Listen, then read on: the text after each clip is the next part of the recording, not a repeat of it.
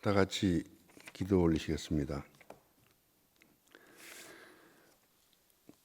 알파와 오메가여, 사랑행과 은혜가 풍성하신 하나님 아버지, 무더위, 장마, 태풍으로 얼룩졌던 여름도 서서히 물러나고 높고 푸른 하늘과 오곡이 무르익어가는 계절에 다가왔습니다. 기쁨과 반가움으로 서로를 위해 기도하고 함께 주님을 찬양하는 예배를 교회가 아닌 각 가정에서 드려야 하는 이 현실이 너무나 서글프기 짝이 없습니다. 비록 각 가정에서 영상 예배를 드릴지라도 주님을 향한 우리의 마음과 믿음은 더욱 간절한 소망으로 채워지게 하옵시고 신령과 진정으로 드려지는 예배가 되게 하시옵소서. 주님의 은총과 성령의 역사가 함께하여 주셔서 굳건한 믿음과 은혜와 축복이 넘치는 주님께 영광 돌리는 시간들로 채워 주시옵소서. 전지전능하신 주님, 코로나19라는 바이러스로 인해 지금 이 땅에 살고 있는 모든 사람들의 일상이 바뀌고 삶의 형태가 바뀌었으며 심신이 피폐하여 심히 혼란스러운 생애 초유의 사태를 맞고 있습니다. 뿐만 아니라 지구온난화 현상으로 인해 온 지구가 물벼락과 태풍과 화재로 몸살하고 있어 헤아릴 수 없는 많은 사람들이 불안과 공포에 떨고 있으며 깊은 시름에 잠겨 있습니다. 은혜가 넘치시는 주님, 이 모든 현상으로 인해 힘들고 어려움을 당하고 있는 저들로 하여금 주님만이 살 길이며 주님만이 이 난관을 극복할 수 있는 길이며 주님만이 이 시련을 통해 더욱 강해질 수 있는 희망이라는 사실을 깨닫게 하여 주시옵소서. 고통받고 있는 저들을 위로하여 주시옵고 하루속히 예전의 모습으로 돌아갈 수 있도록 은총과 축복을 내려 주시옵소서. 하루속히 백신과 치료제가 나와서 코로나 바이러스가 사라지고 안정된 일상으로 돌아갈 수 있도록 주님께서 기적을 일으켜 주시옵소서. 사랑과 자비의 주님, 지키기 어렵고 힘든 이 난국 속에서도 저희들을 지켜주셔서 좌절하지 않고 주님만을 의지하며 따를 수 있게 하여 주시니 깊은 감사를 드립니다. 코로나로 인하여 성도 간의 교제와 만남이 소원할지라도 우리의 관계가 멀어지지 않게 하시옵고 주위의 시선이나 비난 때문에 시험에 들거나 우리의 믿음이 흔들리지 않도록 붙들어 주시옵소서. 우리 교회가 지역사회에서 소금과 빛의 역할을 감당하기를 원합니다. 특히 코로나로 인해 어려움 가운데 있는 현 상황 속에서 성실하게 이웃을 섬기게 하시고 하나님의 영광을 드러내게 하시옵고 선행과 사랑으로 세상을 섬길 때 우리가 주 안에 있음을 깨닫게 하시고 교회가 세상의 유일한 소망과 희망임을 알게 하여 주시옵소서. 사랑의 주님, 무진교회를 오늘날까지 인도하시고 사랑하여 주심을 감사드립니다.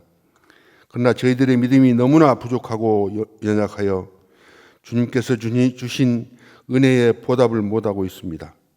강한 믿음과 능력으로 전도에도 힘써 무진 성전을 가득 채울 수 있도록 인도하여 주시옵고 새로운 비전과 목표로 이 지역사회와 세계 선교에도 앞장서는 저희들이 될 수 있도록 힘과 능력을 허락하여 주시옵소서. 오늘 또 주님 성전이나 가정에서 예배드리고 있는 모든 성도들의 각 가정마다 한량없는 축복을 내려주시고 건강을 허락하여 주시오며 주님 말씀대로 살아갈 때에 매사에 승리하게 하여 주시옵소서. 이 시간도 목사님을 통하여 증거되는 하나님의 말씀이 우리의 영혼과 육체를 치료하게 하시고 성도들의 모든 기도가 응답받는 복된 시간이 되게 하여 주시옵소서. 예배드리는 모든 시간을 주님께 의탁하면서 예수 그리스도 이름으로 감사하며 기도드립니다. 아멘. 이 시간 저희들에게 주시는 하나님의 말씀입니다. 구약 성경 역대하 24장 17절입니다. 구약 성경 688쪽 역대하 24장 17절.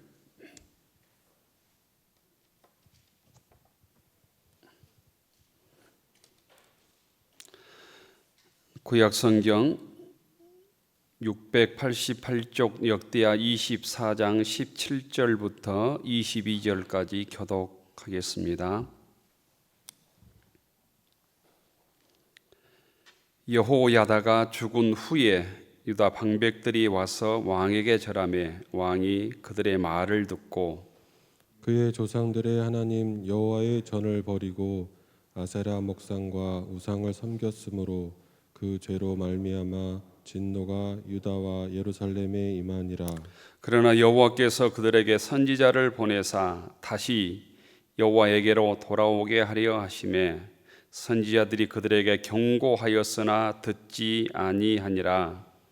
이에 하나님의 영이 제사장 여호야다의 아들 스가랴를 감동시키심에 그가 백성 앞에 높이 서서 그들에게 이르되 하나님이 이같이 말씀하시기를 너희가 어찌하여 여호와의 명령을 거역하여 스스로 형통하지 못하게 하느냐 하셨나니 너희가 여호와를 버렸으므로 여호와께서도 너희를 버리셨느니라 하나 무리가 함께 꾀하고 왕의 명령을 따라 그를 여호와의 전 뜰 안에서 돌로 쳐 죽였더라.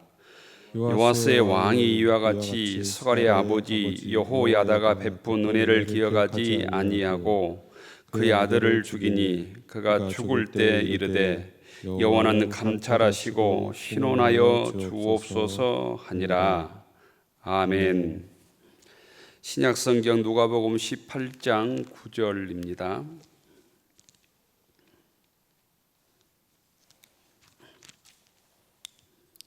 신약성경 126쪽 누가복음 18장 9절부터 14절 말씀 교독하겠습니다. 누가복음 18장 9절입니다.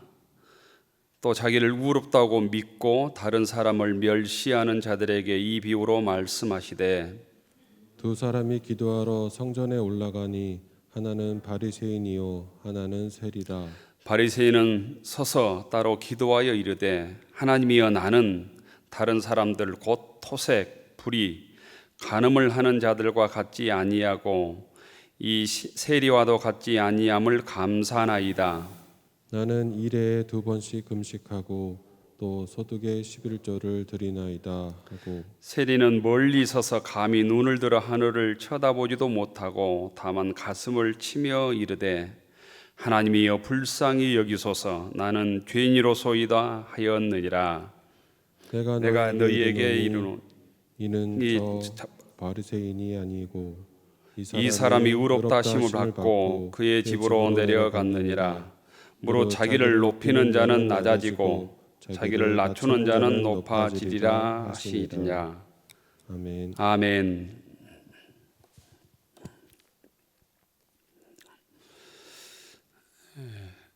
가정에서 또 죄전에서 함께 예배 참여하는 모든 교우들에게 하나님의 은혜와 하나님의 축복이 함께하길 기원합니다. 함께 교회표 함께 하겠습니다. 경건에 이르도록 내 자신을 연단하라. 경건에 이르도록 내 자신을 연단하라. 오늘까지 종교시설 집합 금지 명령이 내려서 우리가 이렇게 온라인으로 예배드리고 다음 주부터는 50명이야 1부, 2부 나누어서 예배 드릴 수 있을 것 같습니다. 다시 이 교우들에게 알려드리도록 하겠습니다. 코로나19로 우리 교회는 정상적인 예배를 드리지 못한 지가 7개월이 넘어갑니다. 일부 과학자들은 이 전염병이 내년까지 계속될 것이라고 추측하고, 또 이런 질병이 상시적으로 인류를 공격할 것이다 이렇게 예측하기도 합니다.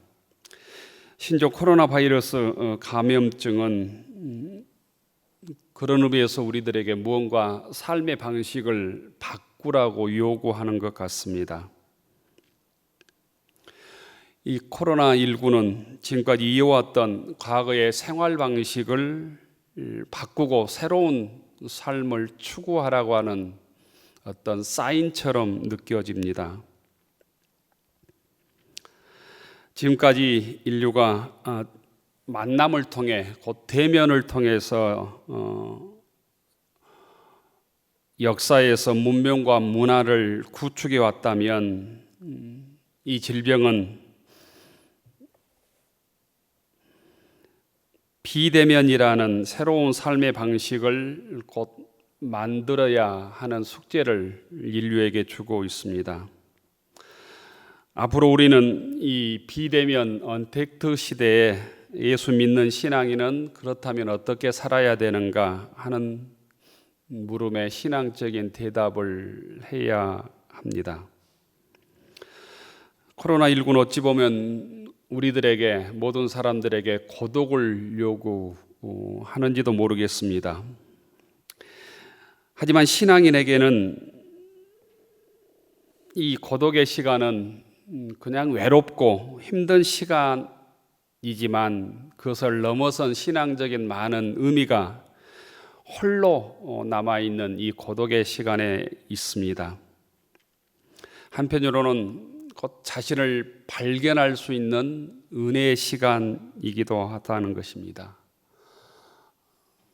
20년 동안이라 온갖 고생을 하고 종살이를 해서 거부가 되었지만, 야복 강가에서 야곱은 홀로 남아서 밤새도록 기도하고 하나님을 만난 다음에야 아침에 분이엘의 하나님을 만나고 20년 전에 헤어졌던 형 에서의 굴을 대할 수 있었습니다.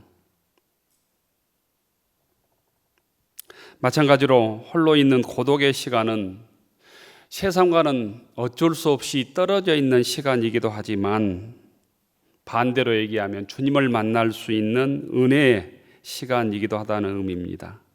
그런 의미에서 비대면의 고독의 시간은 신앙인에게는 주님을 만남으로 세상의 속박으로부터 자유를 누리는 영적인 풍요의 시간이기도 합니다.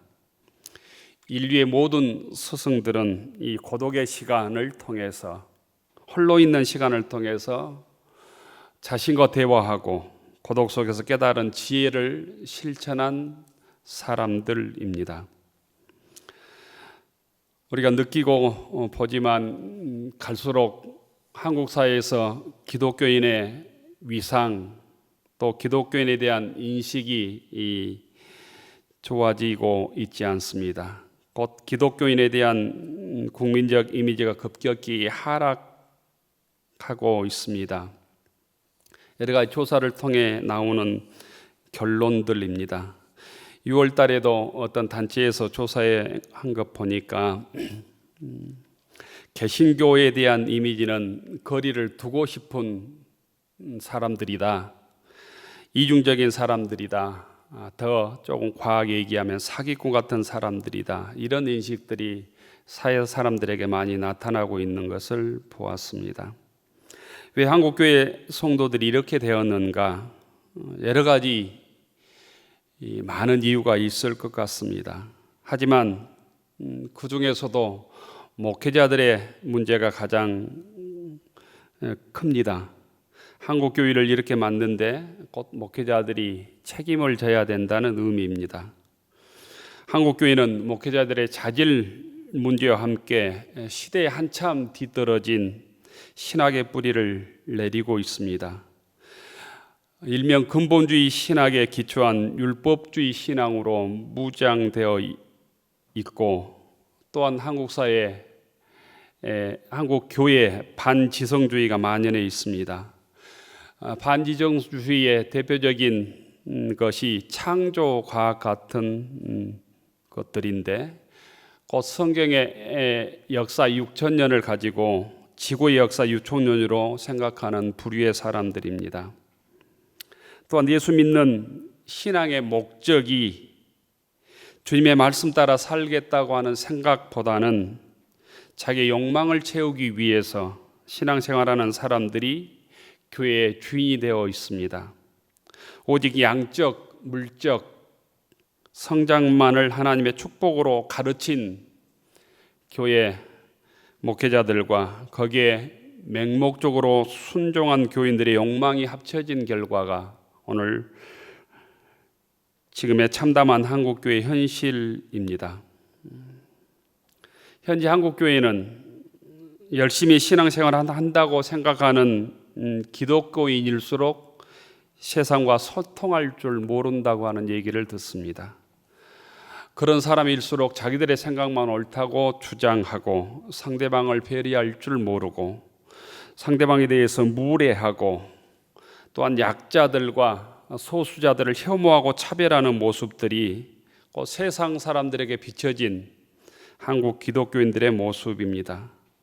이것을 우리는 잘못 생각해서 예수 잘 믿는 사람의 모습이라고 생각할 수 있지만 성경에서 이것을 영적 교만이라고 말하고 있습니다. 어쩌면 기독교에서 가장 경계해야 될 죄 중에 죄악이 교만인데 한국교회는 이 영적 교만에 깊이 빠져 있다는 것입니다. 언젠가 한국 교회에는 똑똑한 성도는 많지만 진정 겸손한 성도는 찾기 드물다는 얘기를 들은 적이 있습니다. 우리들은 똑똑함을 넘어서 겸손한 성도가 될 때 하나님으로부터 쓰임받고 세상을 구원하는데 주님의 일꾼이 될 수 있다고 하는 사실을 마음속에 꼭 기억할 수 있기를 원합니다.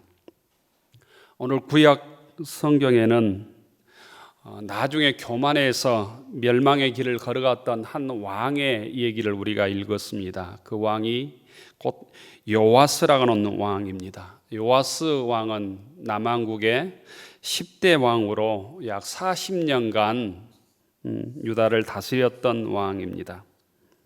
본문에 등장하는 이 역대하 24장에 등장하는 요아스 왕의 출발은 아주 좋았습니다. 요아스의 아버지는 아주 악한 왕이었는데 빨리 죽고 또 그 가족 간의 암투 때문에 다 아이들이 죽었는데 요아스만 이 여호야다라고 하는 제사장의 아내인 이 아내가 이 요아스를 보호해서 요아스가 곧 구출을 받고 7살이 돼서 곧 왕이 됩니다. 7살이 돼서 왕이 되었기 때문에 제사장 여호야다의 지극한 보살핌과 지도를 받고 곧 왕의 직분을 감당하게 됩니다.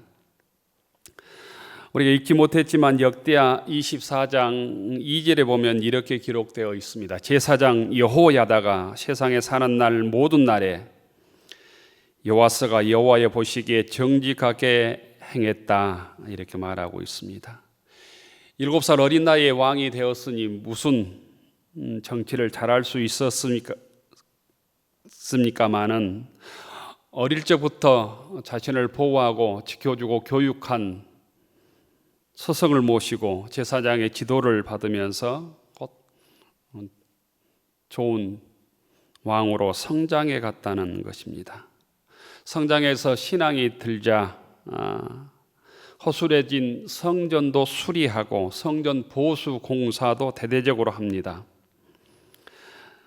출발은 약했지만 갈수록 좋았고 날마다 신앙이 성장해 갔습니다. 그런데 요아스 왕은 안타깝게 끝까지 그 신앙을 유지하지 못했습니다. 시작은 잘했으나 마지막은 실패자가 되고 말았다는 것입니다. 반대로 얘기하면 시작은 창대했으나 나중은 부끄러움으로 끝나는 왕이었습니다. 인생의 마지막에 요아스 왕은 아람 군대에게 대패를 하고 거기에서 부상당하고 반역자들에게 침상에서 비참한 죽임을 당하는 것으로 인생을 끝마치게 됩니다. 요아스 왕이 이 마지막에 이런 비참한 죽임을 당한 이유가 무엇이었을까? 요아스 왕의 실패의 원인은 오늘 성경에 의하면 아주 간단합니다. 곧 교만했기 때문이라고 성경은 말씀하고 있습니다. 우리가 읽은 17절의 말씀을 보면 여호야다가 죽은 후에, 여호야다는 곧 그 시대의 영적 제사장이었습니다. 제사장 여호야다가 죽은 후에 유다 방백들이 와서 왕에게 절하며 왕이 그들의 말을 듣고, 제사장 여호야다가 살아있는 동안에는 왕 요아스는 제사장 여호야다의 말을 들었습니다. 제사장이 나이 많고 죽자 이제는 백성들의 말을 들었다는 거예요. 아부하기 좋아하는 방백들의 조아리는 머리를 좋아했습니다. 강교한 사람들은 자기의 뜻을 이루려고, 자기 욕심을 채우려고 왕에게 머리를 조아리었습니다. 간신 노릇을 했다는 의미입니다. 교만해진 왕은 이제 더 이상 제사장의 말을 듣지 않았습니다. 19절 마지막에 보면 선지자들이 그들에게 경고하되 듣지 아니하니라. 요아스 왕은 점점 하나님으로부터 멀어졌습니다. 21절에 보면 하나님의 영으로 충만한 스가랴 선지자의 말을 듣기를커녕 스가랴를 돌로 쳐서 죽입니다. 21절에 무리와 함께 꾀하고 왕의 명령을 따라 그의 여호와의 전뜰 안에서 돌로 쳐 죽이니라. 돌이킬 수 없는 길을 가고 말았습니다. 하나님은 이런 요아스 왕을 버렸습니다. 이것이 요아스 왕의 실패 원인이라고 오늘 성경 우리들에게 알려줍니다.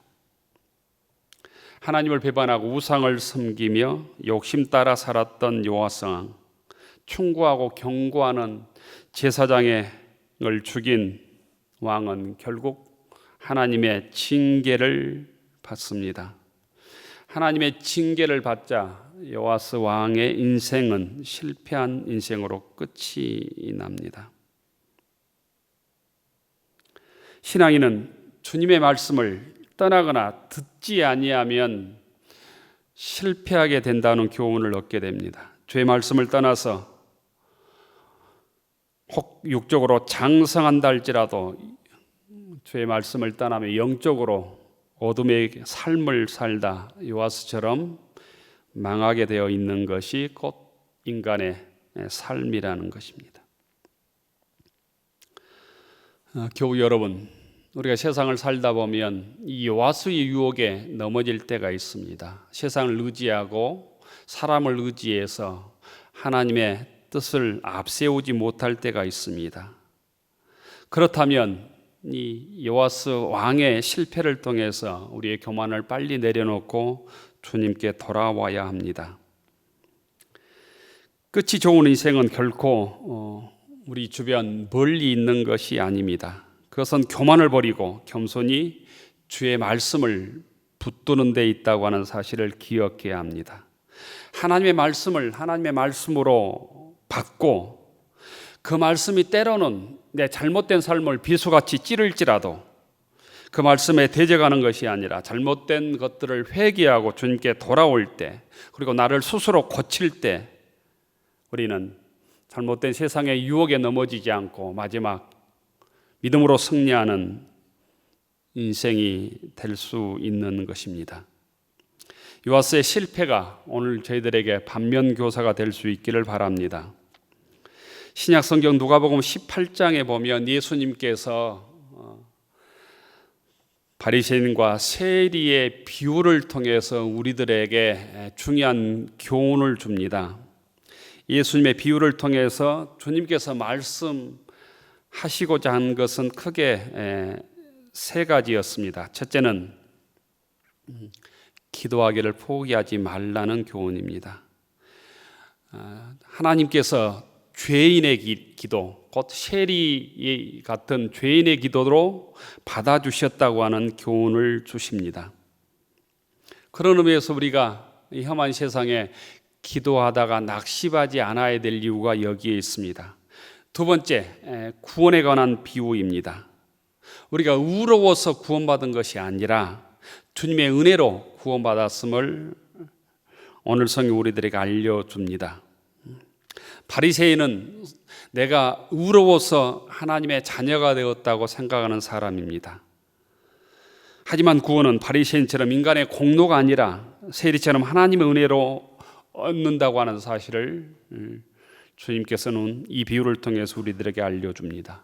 셋째는 겸손에 관한 교훈입니다. 누가복음 18장 14절 끝부분에 보면 예수님께서 무릇 자기를 높이는 자는 낮아지고 자기를 낮추는 자는 높아지리라. 예수님의 결론의 말씀입니다. 겸손한 자가 주님의 은혜를 누린다는 거예요. 겸손한 자가 하나님의 복을 받는다는 의미입니다. 이 비유에서 바리새인은 자기를 높이는 자였다면 세리는 자기를 낮추는 겸손한 자였습니다. 미국의 유명한 신학자 중에 한 사람이 라이놀드 리버라고 하는 사람입니다. 일반 세상 사람들에게도 도덕적 인간과 비도덕적인 사회라고 하는 아주 유명한 책을 본 사람들이 많을 텐데, 이 저자가 유명한 신학자인 라이놀드 리버인데, 이 리버는 사람에게는 네 가지 교만이 있다고 정리했습니다. 첫째는 권력의 교만, 권력적 교만, 둘째는 지적 교만, 셋째는 도덕적 교만, 넷째는 영적 교만이 사람들에게 있다. 특별히 이 지식인과 기독교인들에게 있다. 윤리적으로 사는 사람들에게 있다는 거예요. 신약 성경 누가복음 18장에 나오는 바리새인의 모습 속에 라이놀드 리버가 말했던 네 가지 교만의 모습이 남아 있습니다. 바리새인은 세리와는 달리 곧 권력을 쥐고 있었습니다. 그 권력을 때문에 세리를 무시하고 다른 사람을 무시하는 교만에 빠져 있었다는 거예요. 낮은 사람은 교만할 수 없습니다. 지위가 높을수록, 권력을 잡을수록 사람은 본능적으로 교만해집니다. 이것을 권력의 교만, 권력적 교만이라는 말입니다. 예수님 당시 바리새인들은 유대교의 교권자였습니다. 지도자들이었습니다. 9절에 보면 바리새인은 자기를 의롭다고 믿고 다른 사람들을 멸시했다, 이렇게 9절에 말씀합니다. 권력은 그 권력을 가지고 백성들을 섬기는 데 사용해야지, 백성을 억압하는 데 사용하고 자기 욕심을 채우는 데 사용할 때 그 사람은 교만한 사람으로 전락합니다. 바리새인이 그랬다는 의미입니다. 두 번째, 바리새인은 세리와는 달리 지적 교만을 가지고 있었습니다. 우리가 무엇을 모를 때는 겸손하기 쉽지만 내가 다른 사람보다 무엇을 많이 알고 있으면 나도 모르는 사이에 지적 교만의 유혹에 넘어지기가 참 쉽습니다. 내가 많은 지식을 가지고 있다고 하는 사실이 남을 무시하는 것으로 나타날 때 지적 교만의 유혹에 빠지는 것입니다. 당시 바리새인들은 곧 이스라엘의 선생들이었습니다. 그래서 11절과 12절에 보면 그 기도가 아주 장황합니다. 자기의 의로움을, 자기의 지적 능력을 자랑하는 기도입니다. 자기 기도를 듣는 사람을 가르치려 하는 기도입니다. 반면에 세리의 기도는 글자 그대로 아주 간단합니다. 하나님이여 나를 불쌍히 여기소서, 나는 죄인이로소이다. 셋째, 바리새인은 도덕적 교만에 빠져 있었습니다. 죄가 있는 사람은 어떤 얘기를 하지 못합니다. 그런데 도덕적으로 깨끗한 사람들은 오히려 자기를 높이 평가하고 부도덕한 사람들을 정죄하는 경우가 허다합니다. 이게 도덕적 교만한 사람들의 모습입니다. 예수님 당시에 세리는 매국노였습니다. 면허증을 가진 강도로 취급받았습니다. 죄인의 대명사로 역임을 받았던 사람들입니다. 그래서 당시에 유대의 사내들인 공회는 법적으로 세리 창기를 유대 선민 공동체에 버려진 사람들이다, 이렇게 말했습니다. 그래서 당시 사람들은 세리들을 저주받은 인간이라고 생각을 했고, 세리와 상종도 하지 않았고 밥도 먹지 않았고, 내가 밥을 먹는데, 식당에서 밥을 먹는데 세리가 들어오면 욕을 하고 나간 사람들도 많았답니다. 그리고 그 당시에 세리에게 거짓말하는 것은 죄가 아니다라는 통념까지 있었답니다. 이에 비해서 바리새인들은 윤리와 도덕에서 차원을 달리하고 있습니다. 세리인 죄인과 달리 바리새인들은 온갖 율법을 다 지켰습니다. 11절에 보면 자기 의를 자랑하고 이 세리와 같이 아니함을 감사합니다, 이렇게 기도하고 있습니다. 이런 의미에서 이 도덕적 교만으로 가득 차 있었던 사람이 바리새인이었습니다. 하지만 이 바리새인이 하나님께 구원받은 것은 아니었음을 오늘 성경은 우리들에게 얘기해 주고 있습니다.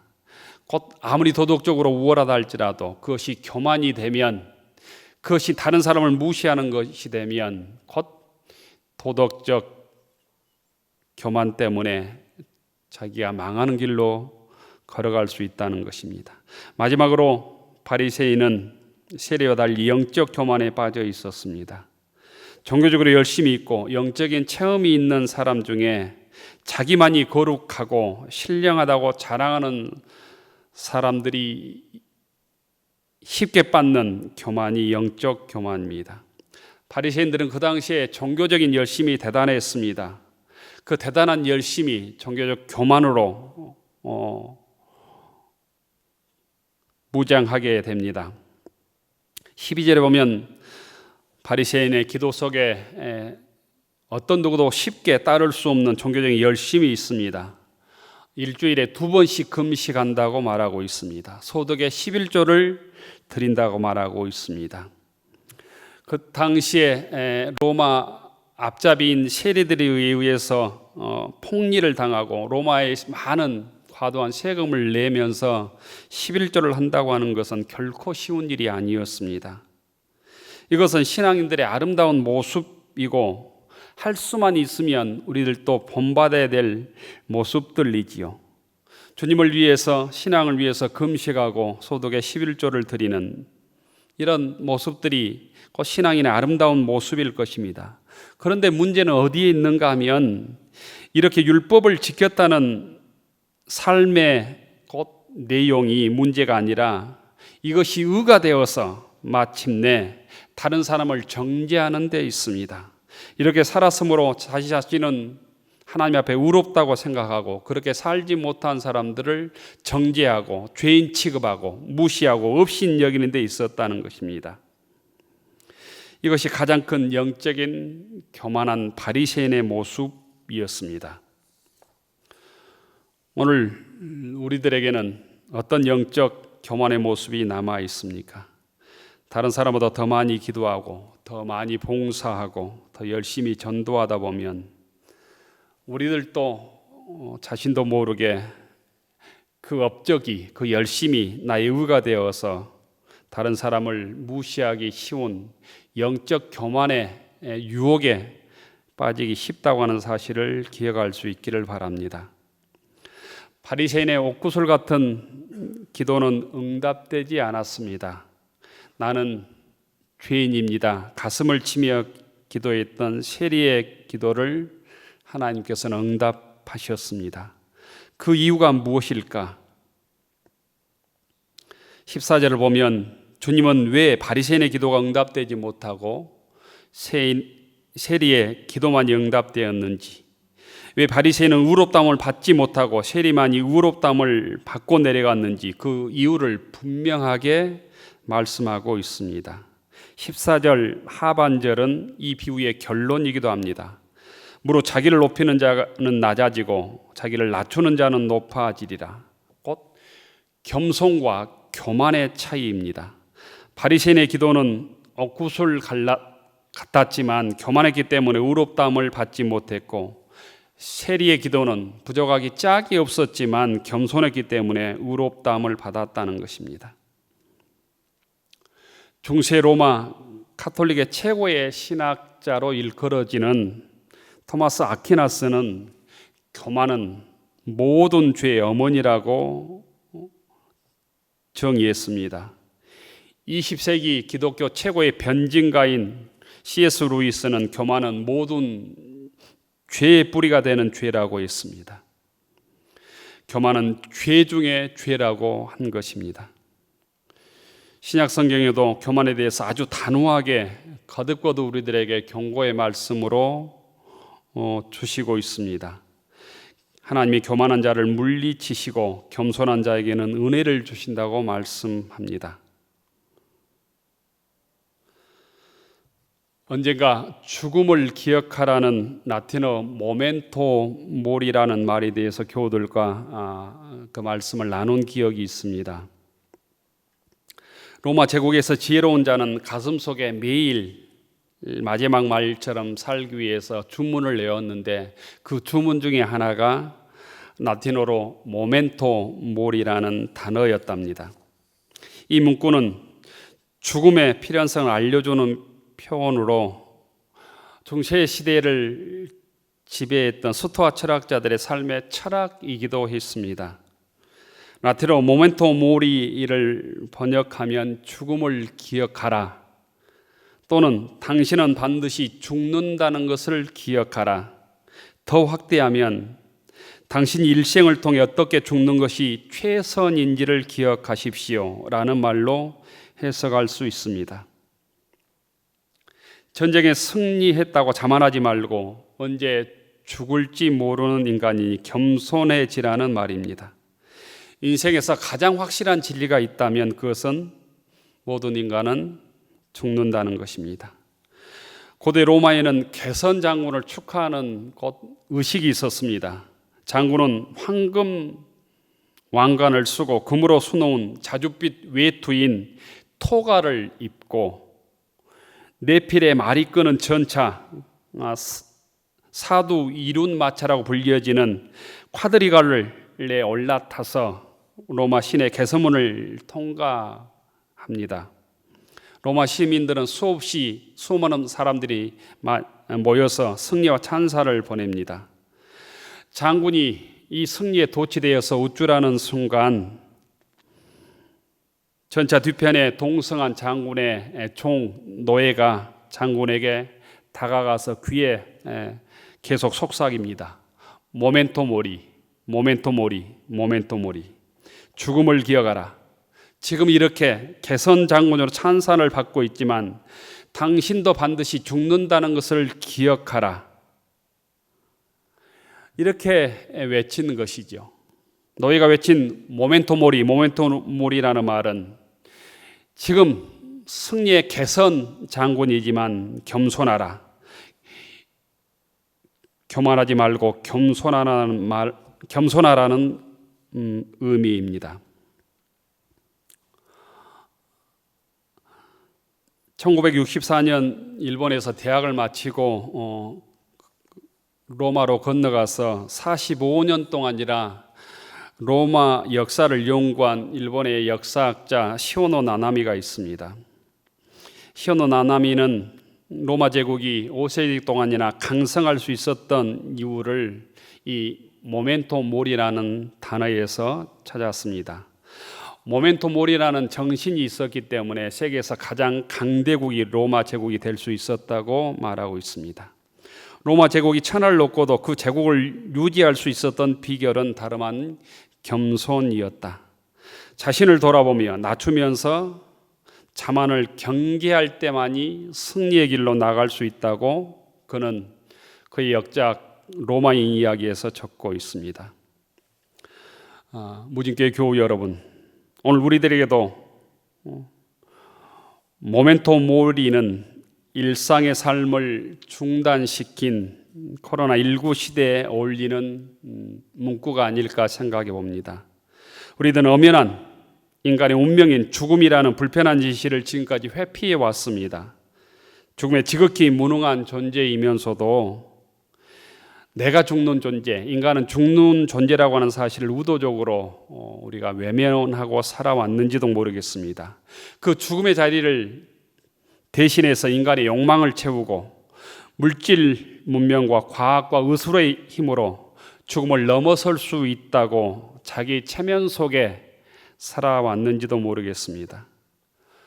이제 이 질병 앞에서 다시 모멘토 모리라는 말을 기억해야 합니다. 다시 신앙의 자리를 찾아야 합니다. 겸손하게 신앙의 자리를 회복해야 합니다. 우리는 창조자가 아니라 하나님의 피조물임을 겸손하게 고백해야 합니다. 요아스 왕의 교만을 내려놓고 세리처럼 겸손히 죄인임을 고백하며 주님의 은총을 구해야 합니다. 어떻게 보면 우리들이 가장 바르고 진실하게 살기 위해 가장 깊이 묵상해야 될 대상이 이 죽음을 기억하라 라는 죽음인지도 모르겠습니다. 나는 언젠가 주님께서 부르시면 죽을 수밖에 없는 존재이고 내가 죽는다고 하는 사실을 알기 때문에 더 깊이 오늘의 삶을 주의 뜻대로 아름답게 살아가는 무진교회 교우들이 되기를 축원합니다. 우리들이 지금까지 삶의 편리와 욕망을 통해 외면의 풍요를 추구해왔다면 코로나19를 통해 내면의 성숙, 신앙의 성숙, 진정한 신앙인의 삶의 자리를 회복해야 할 것입니다. 자유롭게 모일 수 있는 대면 사회를 넘어서서 홀로 고독한 자리에 있어야 될 이 비대면 사회 속에서 어떤 신앙의 자세로 우리가 살아가야 될까? 오늘 누가복음 용어가면 하나님이여 불쌍히 여기소서 나는 죄인이소이다 이렇게 기도했던 세리처럼 세리의 모습으로 주님의 은혜를 구하며 우리를 섬겨 주셨던 예수님처럼 겸손히 주님을 섬기며 주님께서 나에게 원하시는 믿음의 삶, 빛과 소금의 사명을 감당하는 무진교회 교우들이 되기를 주의 이름으로 축원합니다. 기도 올리겠습니다.